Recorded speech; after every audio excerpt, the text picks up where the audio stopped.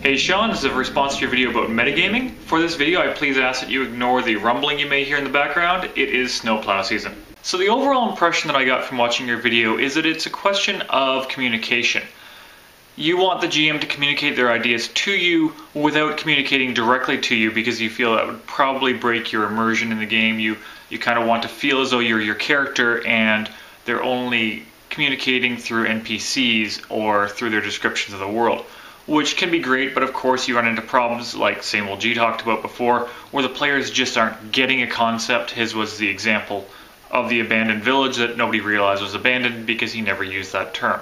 Also, based on what I've heard from you, it sounds like you are more the type of player who enjoys a sandbox game where the player decisions kind of go where they want, because your example of the GM having an elaborate story that they want to tell and forcing the players to do it sounds frustrating to you. It sounds frustrating to me too. I totally understand. To me, this is kind of an issue where you need to communicate with your players before the game. Are we playing this adventure path? In which case, they're going to play the adventure path because that's what they've agreed to do. If you want to have them have some freedom in the world, then tell them that's the case too, and that there won't be adventure hooks, and they can do what they like with their characters. They can take whatever direction that they like, and then play that out. In this case, you would communicate your ideas through your NPCs as much as possible. Another game that comes to mind with the way you describe things is Apocalypse World, and I will give you an example straight out of the book.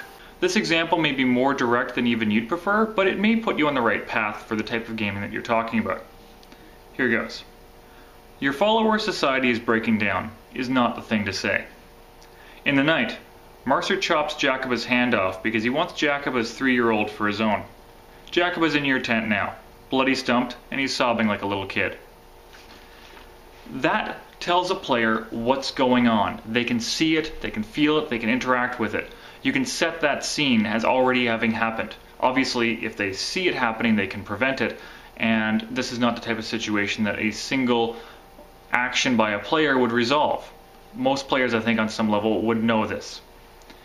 But that gives a great example, and Apocalypse World is full of great examples of how to build the world around the players by telling them things that aren't telling them what's going on. Don't say, in this example, that people are unhappy. You show them that people are unhappy. And that is definitely a lesson that you can take from the Bethesda games that you were using as an example. So this is an interesting question and a great topic to really think about and really find your own niche within. And I hope you can do that, and I hope what I've said might help a little bit.